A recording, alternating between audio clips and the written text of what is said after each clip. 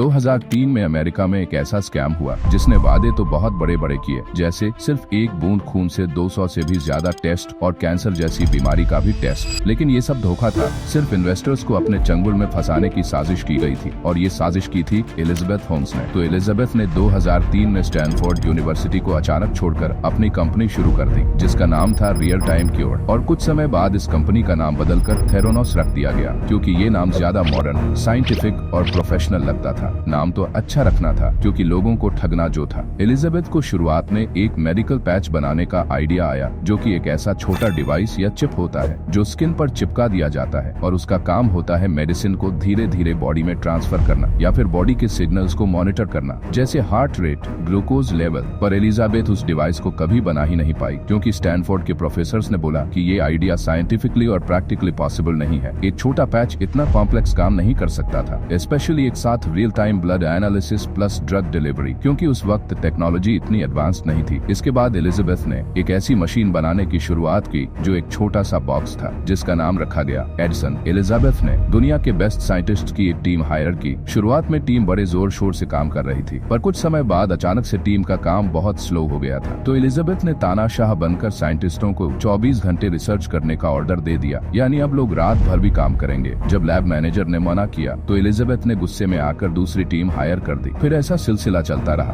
2006 तक एडिसन का एक प्रोटोटाइप मशीन बनकर तैयार हो गया। एलिजाबेथ ने दावा किया कि उनकी टेक्नोलॉजी से मेडिकल टेस्टिंग का फ्यूचर बदल जाएगा। एलिजाबेथ को अपनी कंपनी चलाते हुए काफी समय हो गया था, जिसके चलते अब एलिजाबेथ को फंड्स की जरूरत पड़ने लगी। तो उसने इन्वेस्टर्स को बुलाया और उनसे कहा कि मशीन तैयार है। जब इन्वेस्टर्स ने मशीन देखने की बात की तो एलिजाबेथ ने उन्हें दूसरी बातों में उलझा दिया और उनका खून का सैंपल ले लिया और फिर उनको लंच के लिए भेज दिया। बाद में उन्हें उनकी रिपोर्ट भी दी गई। रिपोर्ट्स देखकर इन्वेस्टर्स को लगा कि ये टेक्नोलॉजी वाकई कमाल की है और उन्हें एलिजाबेथ पर पूरा भरोसा हो गया। लेकिन सच्चाई कुछ और ही थी। जब इन्वेस्टर्स लंच और अदर एक्टिविटीज में बिजी हो गए थे तो तब एलिजाबेथ ने साइंटिस्ट की हेल्प से इन्वेस्टर्स के ब्लड सैंपल्स की रिपोर्ट नॉर्मल मशीन से तैयार की थी, न कि एडिसन द्वारा। जब इसका विरोध कंपनी के बायोमेडिकल इंजीनियर डगलस मैटजे ने किया तो एलिजाबेथ ने इस बात के लिए उन्हें कंपनी से निकाल दिया। थेरोनोस ने सिर्फ एक प्रोटोटाइप के दम पर $700 मिलियन से भी ज्यादा का फंडिंग ले लिया। लेकिन ध्यान देने वाली बात ये थी कि जिन लोगों ने पैसे लगाए उनमें से कोई भी मेडिकल बैकग्राउंड से नहीं था, जबकि इस फील्ड के असली एक्सपर्ट्स ने एलिजाबेथ को साफ कहा था कि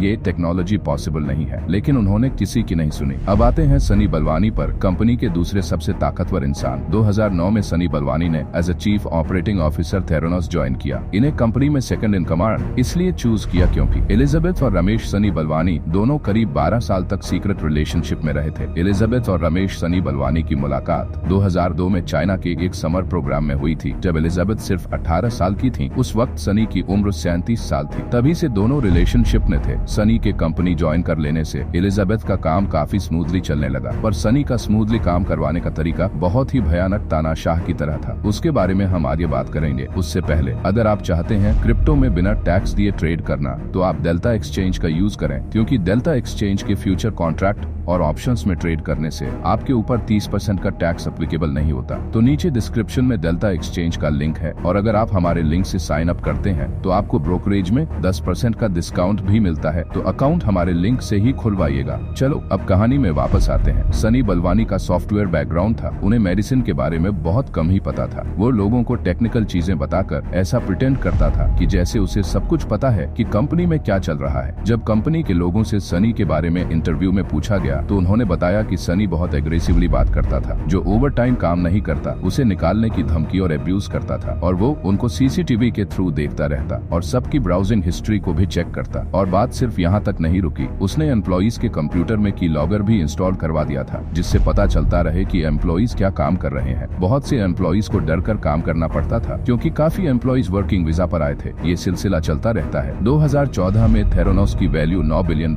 हो गई और फोर्ब्स की लिस्ट में एलिजाबेथ को youngest self made female billionaire बना दिया गया। और एलिजाबेथ को लोग नेक्स्ट स्टीव जॉब्स भी बोलने लगे थे। थेरोनोस की एडिसन मशीन जो खून से टेस्ट करती थी वो असल में कभी ठीक से काम ही नहीं करती थी। 2014 में टाइलर शुल्ट्ज, जो खुद थेरोनोस में काम कर रहे थे और फॉर्मर फॉरेन मिनिस्टर जॉर्ज शुल्ट्ज के पोते थे, उन्होंने इरेगुलरिटीज नोटिस की। टाइलर ने देखा टेस्ट डेटा के साथ छेड़छाड़ हो रही है, मशीन अनरिलायबल है और कंपनी मिसलीडिंग रिपोर्ट्स बना रही है। टाइलर ने एक इन्वेस्टिगेटिव जर्नलिस्ट को विसल ब्लोअर बनकर सारी जानकारी दी। जर्नलिस्ट थे वॉल स्ट्रीट जर्नल के जॉन कैरेरो 2015 में वॉल स्ट्रीट जर्नल ने जब पहली बार रिपोर्ट छापी तो पूरी सिलिकॉन वैली हिल गई। जैसे ही वॉल स्ट्रीट जर्नल की रिपोर्ट आई, FDA ने एडिसन मशीन पर रोक लगा दी। CMS ने थेरानोस की लैब को बंद करने का आदेश दिया। सिक्योरिटीज एंड एक्सचेंज कमीशन ने एलिजाबेथ पर इन्वेस्टर फ्रॉड का केस दर्ज किया। 2018 में एलिजाबेथ और थेरानोस के CEO सनी बलवानी पर क्रिमिनल चार्जेस लगे। 2021-2022 में फेडरल कोर्ट में ट्रायल हुआ। एलिजाबेथ होम्स को 4 काउंट्स ऑफ फ्रॉड में दोषी पाया गया। 2022 में उन्हें 11 साल 3 महीने की जेल की सजा हुई और सनी बलवानी को 13 साल की सजा। कमेंट में बताइए एलिजाबेथ को कितनी सजा मिलनी चाहिए थी? 11 साल कम है या ज्यादा?